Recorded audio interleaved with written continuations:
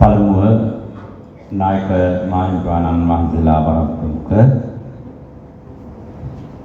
සහෝදර හාමුදුරන් වහන්සේලාගෙන් අවසර පතනවා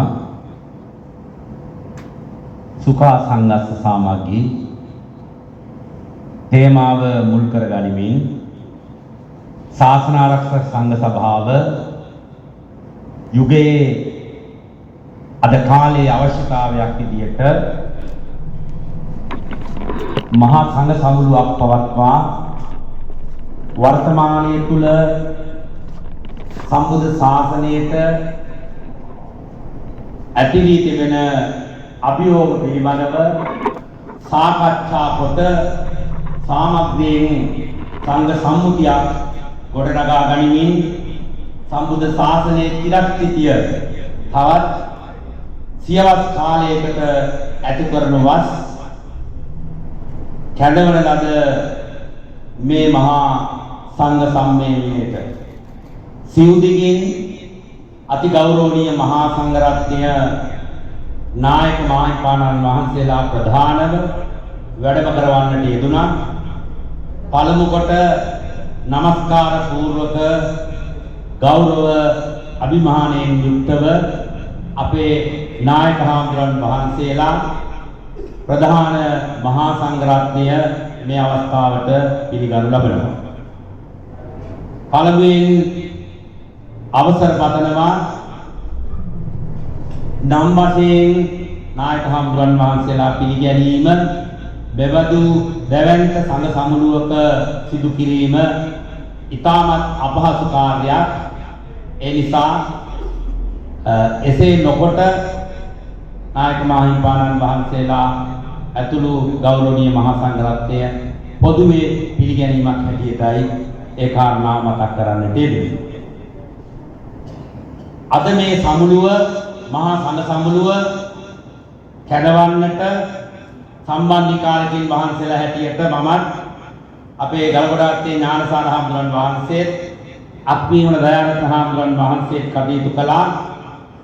සභාපති මණ්ඩලයක් හැටියට ශාසන ආරක්ෂක සංඝ සභාව නියෝජනය කරමින් ජ්‍යෙෂ්ඨ මහාචාර්ය අගලකඩ සිරිසුමනා නායක හාමුදුරන් වහන්සේ, ජ්‍යෙෂ්ඨ මහාචාර්ය ඉදුරාගාරේ ධම්මරතන නායක හාමුදුරන් වහන්සේ, ජ්‍යෙෂ්ඨ මහාචාර්ය මැදගොඩ අබේතිස්ස නායක හාමුදුරන් වහන්සේ, ආචාර්ය කපුගල්ලෑවේ ආනන්දගිත්ත හාමුදුරන් වහන්සේ, ආචාර්ය ලැබුම්දෙණියේ පියරත්න ගෞරවනීය හාමුදුරන් වහන්සේත් කටයුතු කරන්නට යෙදුණා.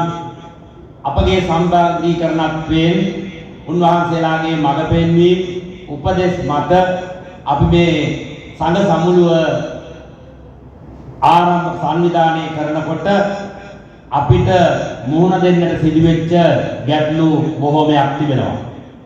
එකක් තමයි ප්‍රධාන වශයෙන්ම මේ සංඝ සමුළුව කැඳවනවා කියන ආරංචි මාත්‍රය ලැබිච්ච සැනින් ලාම්තෙල් වැඩිච්ච ගැරණියෝ වගේ අපේ කණ්ඩායමට අපේ නායක හාමුදුරන් වහන්සේලාට විවිධ චෝදනා අවලාද නගමින් මේක දේශපාලන කඳවුරක් නියෝජනය කරන සමුළුවක් බවට පත් කරන්නට නොගත්තා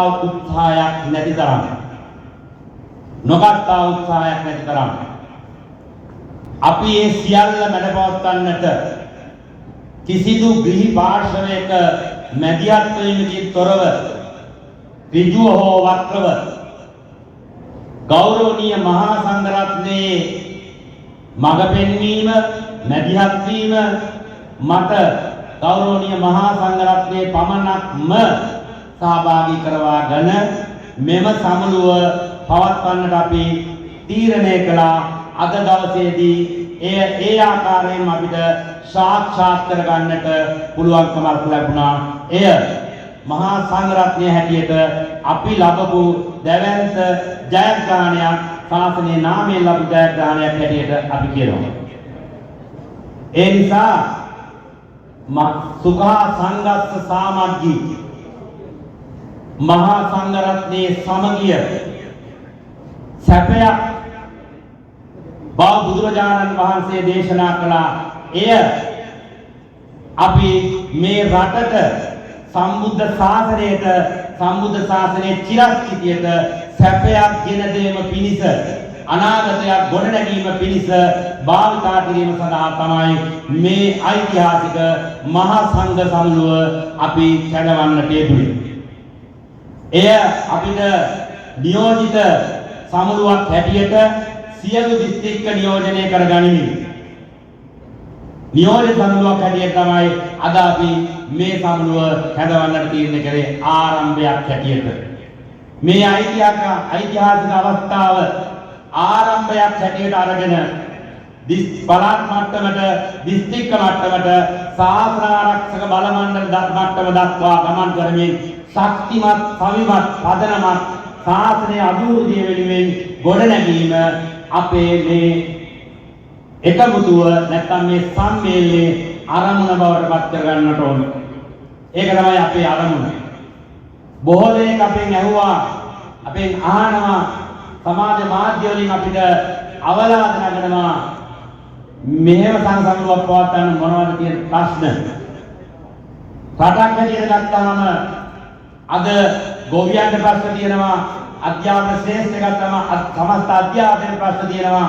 මේ විදිහට එක් වශයෙන් ගත්තාම මුළු රට තුළම විවිධාකාර වූ ප්‍රශ්න සමුදායක් රාශියක් ගොඩනැගෙන තියෙන අවස්ථාවක ඒ සියලු ප්‍රශ්න අභිභවමින් ශාසනයට විතරක්, සම්බුද්ධ ශාසනයට විතරක් සීමා වුණු අපට ශාසනයේ ඉදිරි වැඩ කටයුතු වලට පමණක් තර්ජනයක් වෙච්ච දැවැන්ත සමුදායක් මෑත කාලීනව අපිට නිර්මාණය වෙලා තියෙනවා. අපි දැක්කා අතිගරු මහානායක මාහිමිපාණන් වහන්සේලාට සමාජ මාධ්‍ය හරහා කොයිතරම් මඩ අවලාද ප්‍රචාරයක් පහුගිය දවස්වල ගෙන ගියාද කියලා. උන්වහන්සේලා මොන පක්ෂයක මොන ජාතියක කවුරු ගියත් උන්වහන්සේලා අවවාද අනුශාසනාවන් කරනවා. ආණ්ඩුවට අනුමත නොකරන, ඔවුන්ගේ අභිලාෂයන් එක්ක ගමන් නොකරන කවුරු හරි මහානායක හාමුදුරුවෝ වහන්සේලා ළඟට ගිහිල්ලා ආශිර්වාදයක් ගත්තොත් අන්න පටන් ගන්නවා මඩක බලකාය මහානායක හාමුදුරුවන්ට දෙස් කියන්නේ. මේ රටේ ප්‍රධාන ආගමික පූජනීය ස්ථාන කේන්ද්‍ර කරගෙන යම් කාරණා පදනම් කරගෙන ඒ පුද්ගලයන්ගෙන් බැහැරව ඒ ආගම ඓතිහාසික ආගමික ස්ථාන වලට දැවැන්ත වශයෙන් පෞද්ගලික කාලවකවානුව තුළ සංවිධානාත්මකව අවලාද නගමින් මහජන අප්‍රසාදයේ ස්ථාන කෙරෙහි ඇති කරන්නට කටයුතු කරන්නට යෙදුණා. ඒ වගේම එක සිද්ධියක් දඩමීමා කරගෙන අවුරුදු 5ට 10ට 15ට 20ට ඉස්සෙල්ලා ඇති වෙච්ච සිද්ධි හුවා දක්වමින් සමාජ මාධ්‍ය හරහා ඒවා මේ නූතනයේ වෙච්ච සිද්ධි අදහියදී උණු සිද්ධි හැටියට ඒවා පෙළගස්සමින් හැමදාම කුමන හෝ සිදුවීමක් සමාජ මාධ්‍යයට සංවිධානාත්මකව දාන්නට දාලා සියලු දෙනා පාස්පත් කරන්නට කටයුතු කරමින් තිබෙනවා. ඒ විතරක් නෙවෙයි 1505 පස්සේ පෘතුගීසි, ලන්දේසි, ඉංග්‍රීසි මේ රට පාලනය කළා.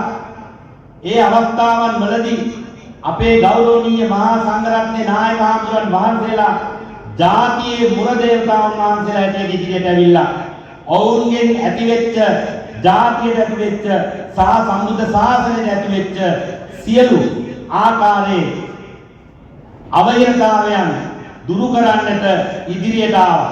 ජීවිතය දුන්නා. දී බරදුර කියලා කටයුතු කළා. බාලියපුර සුමංගල හාමුදුරුවෝ හිරවත් කෑවා. අද වෙනකන් සිද්ධ වෙච්ච දෙයක් නැහැ. එබඳු උරුමයක් තියෙන අපි මේ රටේ ජාතික ප්‍රශ්නයක්, ආගමික ප්‍රශ්නයක් කතා කරපුවාම අපට තියෙන කැක්කුම මොකක්ද කියලා අහන්න තරම් මේ ආණ්ඩුවේ ආශිර්වාදයේ මත පවත්වාගෙන යන සමාජ මාධ්‍ය දාලා මඩකාරයන් ඉදිරියට ඇවිල්ලා තියෙනවා.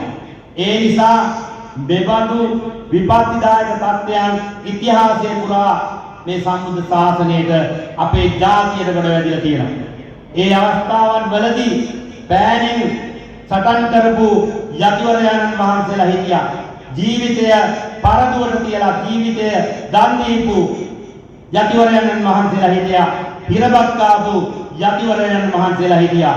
එහෙනම් අද අපට උන්වහන්සේලාගේ සිදු කරපු සමාජමය වගකීම රට වෙනුවෙන් සිද්ධ කරන්නට නූතන භික්ෂුවට ඓතිහාසිකව පැවරිච්ච වගකීමක් තියෙනවා. ඒ ඓතිහාසිකව පැවරිච්ච වගකීම ඉෂ්ට කරන්නටයි අපි අද මේ ස්ථානයේට ඒකරාශී වුණේ. මඩ දාලා අවලාද නගලා පුළුවන් තරම් අද මේ ගමන නතර කරන්න නොගත්තා උත්සාහයක් නැහැ.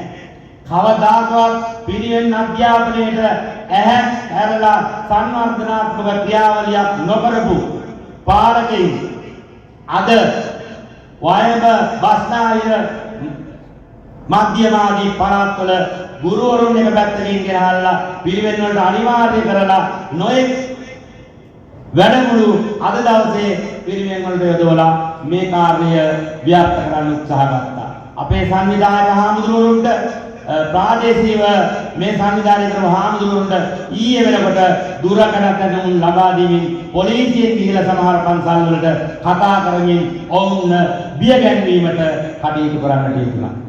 ඉතිහාසයේ පුරා ඉතිහාසය ඔප්පු කරලා තියෙනවා මේ සිවුර දරන අරහත් දලයේ දරන ජාතියේ මුරදේවතාවයන් විරුද්ධාවලිලත් අපි මේ රටේ හාමුදුරුවන් වහන්සේලා නිවන ජාතියක් නෙවෙයි බියගුරු ජාතියක් නෙවෙයි පරදේශක්‍රාමීන්ද එරෙහිව නිවට නොවි ජීවිතේ පරදුවට තියලා ඉදිරියට ආපු පරම්පරාවක් නියෝජනය කරන අපි මෙවැනි නිවට ක්‍රියාකාරකම් තුළින් කිසිසේත් අපේ ගමන නවකාලිය නොඇති බව අපි අවධාරණය කරමින් තියා සිටිනවා.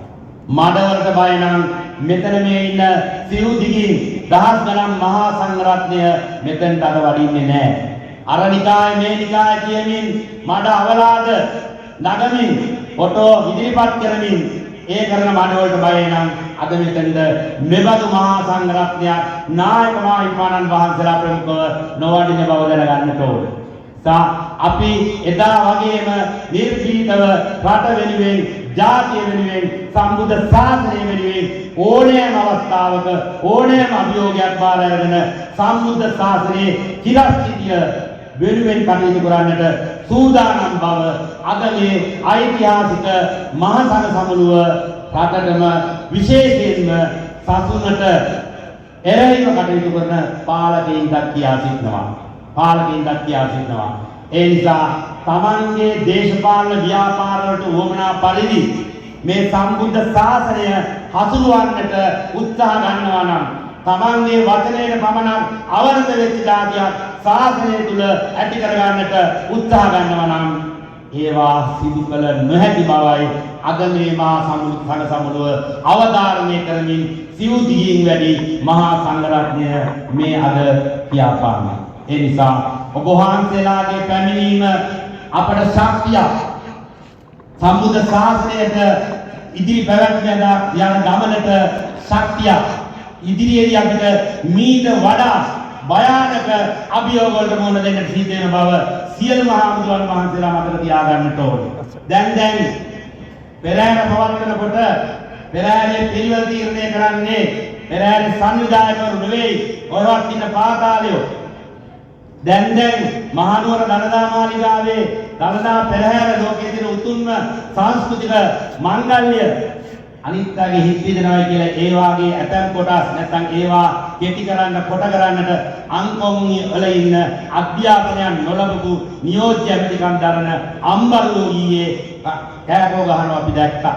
උන්ට අපි කියනවා මහනුවර නගරය ඓතිහාසිකව ගොඩනැගිලා තියෙන්නේ මම්මාවත් සකස් වෙලා තියෙන්නේ පෙරහැර ගමන් කරන්න අවශ්‍ය විදිහට විනා ඒවා ඉස්සෙල්ලා කවුරුත් පදිංචි වුණාට ඒ පදිංචිකාරයන්ට උන පෙරහැර යන්නේ නෙමෙයි.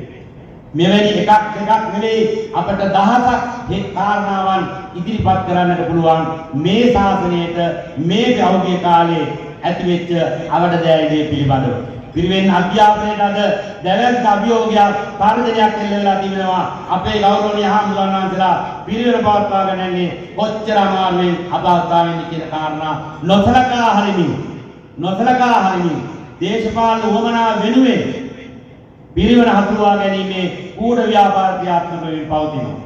නිසා අද මේ රටේ පන්සල හාමුදුරන් වහන්සේලා ඒ ශක්තිය දන්න මේ ආණ්ඩුව විවිධ උපක්‍රම යොදමින් මේ සංඝ සමාජය තුළ තිබෙන ශක්තිය බෙලහීන කරන්නට උත්සාහ කරමින් සිටිනවා.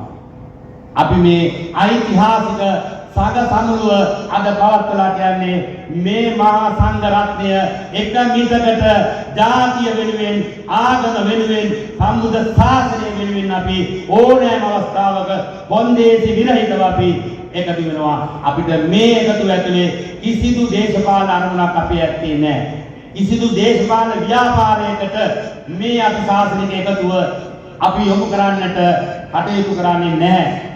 ඒ විශ්වාසය මත අපි සම්බුද්ධ ශාසනයේ චිරස්ථිතිය තහවුරු කරමින් සම්බුද්ධ ශාසනයේ ජාතිය දෙන ඕනෑම අභියෝගයක් ඕනෑම සතුරු බලවේගයක් ව්‍යර්ථ කරන්නට දිවි නොතකා කටයුතු කරනවා. ඒ වෙනුවෙන් අපි මේ මොහොතේ සිට එක්වෙමි කියන ශාසනික ආරාධනාව ආයාචනාත්මකව ගෞරවනීය නායක හාමුදුරන් වහන්සේලා ඇතුළු මහා සංඝ රත්නය වෙත ඉදිරිපත් කරමින් වැඩම කළ ගෞරවනීය මහා සංඝ රත්නයේ විවිධ අභියෝග විවිධ බාධක අවලාද ආණ්ඩුවේ මඩ ප්‍රචාර ආණ්ඩුවේ මඩ මාධ්‍ය බලකායන්ගේ සියලුම ආකාරයේ සකල විද දෝෂයන් සකල විද බාධාවන් දුරු කරලා පැමිණි මහා සංඝ රත්නය নমස්කාර පූර්වකව නායක හාමුදුරන් වහන්සේලා ප්‍රමුඛව පිළිගනිමින් සම්බුද්ධ ශාසනයේ චිරස්ථිතිය සුඛා සංගත සාමග්ගී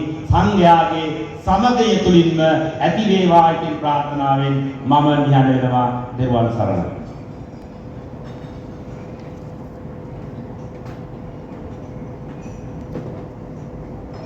පිළිගැනීමේ කතාව සිදු කොට වදාළ මෙම උතුම් කාර්යයේදී ඉමහත් සේවාවක් දිවාරයන් නොබලා සිදු කරන්නට යෙදුන අති ගෞරවාස්පද සම්බන්ධීකරණ කටයුතු සිදු කරමින් වහන්සේලා මේ අගනගරයට වැඩම කරන්නට ලොකු වෙහෙසක් දෙන කටයුතු සිදු කළ අපේ උලපණිය සුමංගල නායක හඳුරන් වහන්සේට පුණ්‍යානුමෝදනා පූර්වක ස්තුතිය පිරිනමමින්